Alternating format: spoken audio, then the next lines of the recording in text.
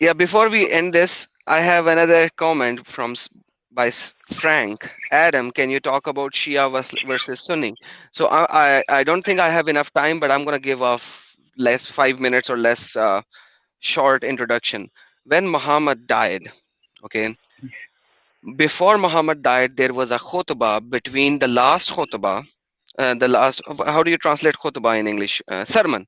So the last Okay. sermon at the time of Hajj pilgrimage, and between when he became came back to Medina in the middle, and at that khutbah he took the hand of Ali, and he raised the hand of Ali, and he said, "Man kuntu mola fahaza aliyun mola." Whoever holds me as master should hold Ali as master. It is in Shia and Sunni. Both of the sects agree to this khutbah. Okay, so go read Tibri and all these sources and you will find them. And he said, Man kuntu mola fahaza aliyun mola. In Sahih al Bukhari, it actually says another thing, that Muhammad said that dying, I'm going away, and I'm leaving you two things, Quran and Ahle Bait. Ahle Bait means his own lineage, means Ali and Fatima Okay. and Hassan and Hussein, Ahle Bait. So I'm leaving these two after I'm gone. So basically, Muhammad almost proclaimed that after me, Ali is going to be the leader or the caliph or whatsoever. But what happened is when Muhammad died, Ali was there are multiple historical issues that Ali was either sick or he was away. So for 3 days he couldn't come to Muhammad. During these Mm. 3 days, Abu Bakr, Umar, and Uthman made a consensus, and they made Abu Bakr the Caliph because Abu Bakr gave his young 6 years old daughter Mm. to Muhammad. How could he let go the Caliph, the kingship after Muhammad died, when he actually gave away his daughter for this cause? So basically, Wow. they didn't let Ali, and they said that Ali cannot be the caliph. It has to be unanimous by the people, because Muhammad, as a prophet, should not have anything that he could proclaim. He shouldn't be doing that because he's a prophet. Then comes the garden of Fedek. So garden of Fedek was a garden of grapes, sorry, not grapes, the dates, and it had a well in it as well, which was given to Hassan and Hussein by Muhammad, basically given to Fatima. So now that garden was also taken away from them, and Fatima had to come in the court of Abu Bakr to ask for it, and he did not give it. He said there is no Uh, inheritance. The Inheritance. prophet does Okay. not have any inheritance, so you cannot legally have it. So Fatima, the so-called daughter of Muhammad, had to go into the court in front of people to ask for that, and she was not given. It is there in both Sunni and Shia sources. I'm only giving you the things which are in both sources. This is how Shiaism and Sunnism came into being, that the people who followed Umar, Uthman, and Abu Bakr became Sunnis, and the one who follow Ali became Shias. So Shia basically is called the follower of Ali, Shiane Ali. That's the full word. Shiane Okay. Ali, the followers of Ali.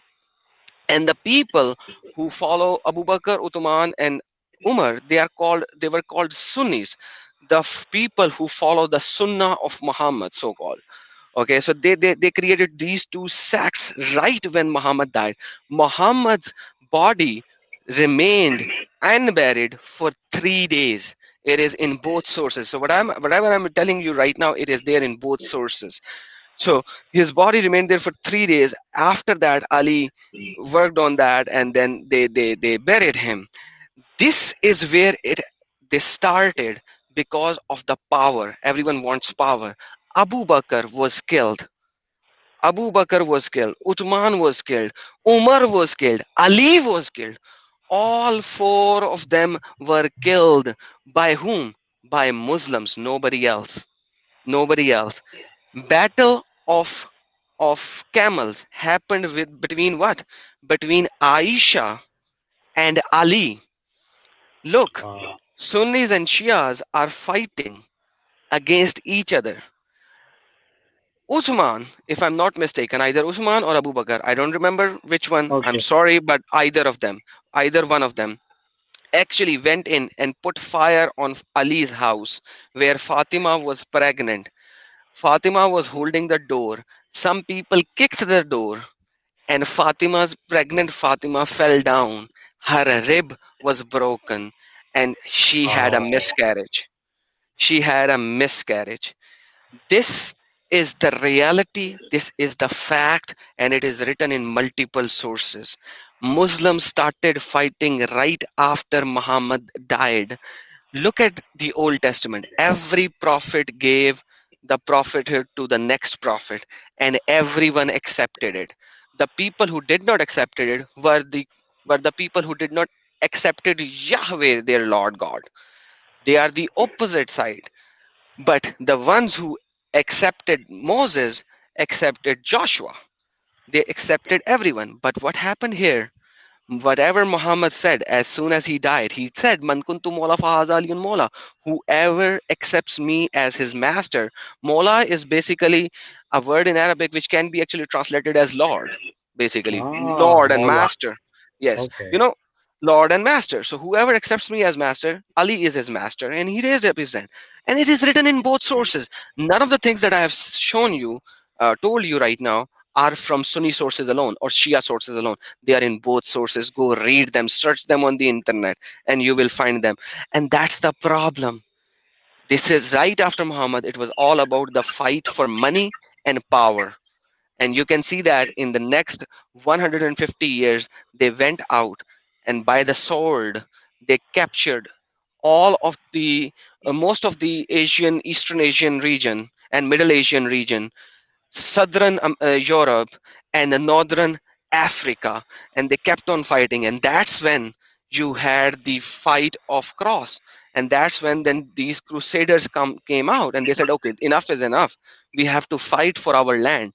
I'm not saying that the crusaders were absolutely right, but at least Yeah. they said we have to fight for our land because they were killing them. The Pact of Omar was so brutally bad that you can't even go read it on the internet.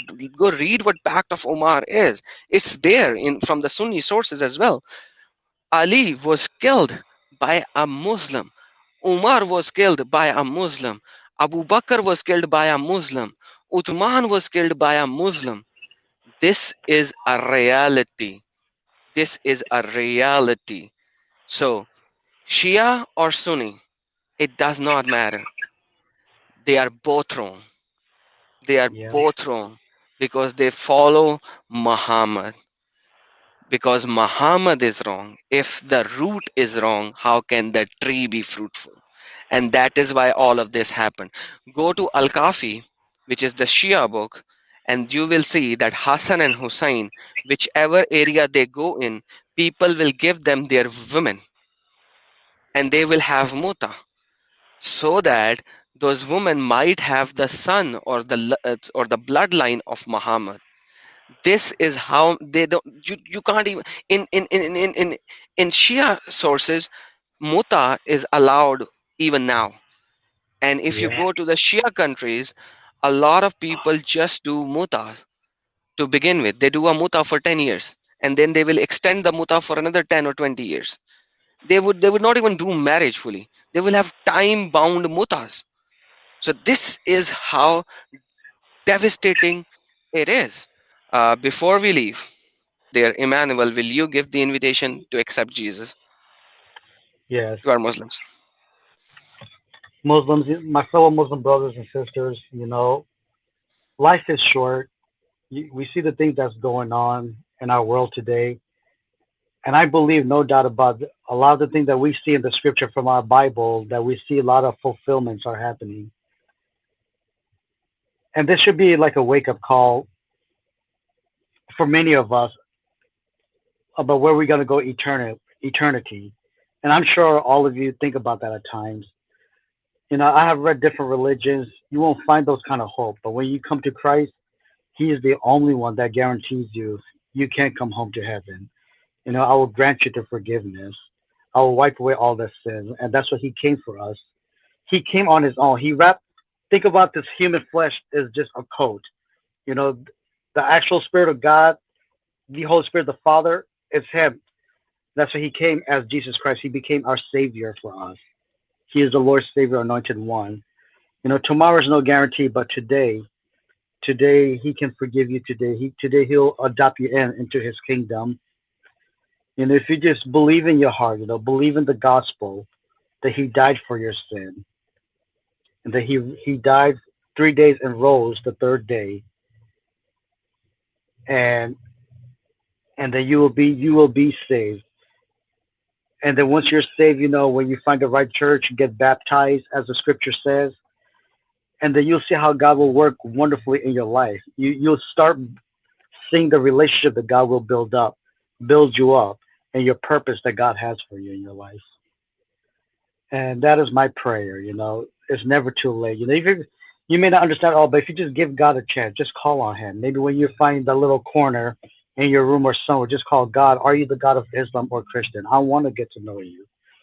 When you have the humble heart, because I'm pretty sure deep inside, after whatever is going on in our world, when you're just you and God, it feels like it's just you against the world, and then you just think about, what, Lord, where do I go from there? And I'm sure many of us we ask those questions.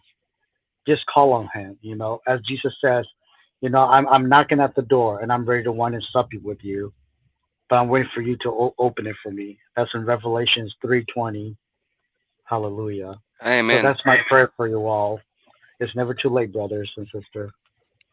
Accept him, because there is no salvation without him. Amen. Amen. Thank you, brothers and sisters, for watching. Have a blessed day, evening, or night, wherever you are. And may the peace of our Lord Jesus Christ be with you always, and his love. Love in his love. Live in his love, because he Amen. came for us to this world, died for us, rose up again, showed the power over death.